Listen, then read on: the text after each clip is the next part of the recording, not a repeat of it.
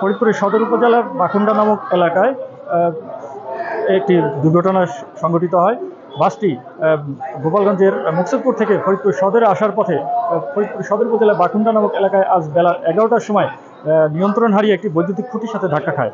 ধাক্কা লেগে এই বাসটি খাদে পড়ে যায়। খবর পেয়ে স্থানীয় যে ফায়ার সার্ভিস, স্থানীয় পুলিশ প্রশাসন ও সেনাবাহিনী গিয়ে উদ্ধার কার্যক্রম অভিযান চালানো। উদ্ধার অভিযান শেষে হতাহতদের ফরিদপুর মেডিকেল কলেজে নিয়ে আসে।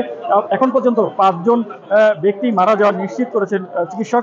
পাশাপাশি আরও প্রায় 30 থেকে 35 জন যাত্রী ফরিদপুর মেডিকেল কলেজ হসপিটালে ভর্তি করা হয়। আমরা জানতে পেরেছি এই নিহত 5 জনের মধ্যে 2 জন নারী এবং 3 জন পুরুষ রয়েছে, যাদের মধ্যে একই পরিবারে বাবা ও ছেলে মারা যাওয়ার সংবাদ আমরা নিশ্চিত হয়েছি। পাশাপাশি এখনো পর্যন্ত হতাহতর যে ঘটনা, সেই ঘটনায় নিহতদের পরিচয় সম্পূর্ণভাবে জানা যায়নি। তবে তাদের নিহতদের মধ্যে 3 জনের বাড়ি ফরিদপুরের নগরকান্দা উপজেলায় বলে আমরা নিশ্চিত হতে পেরেছি।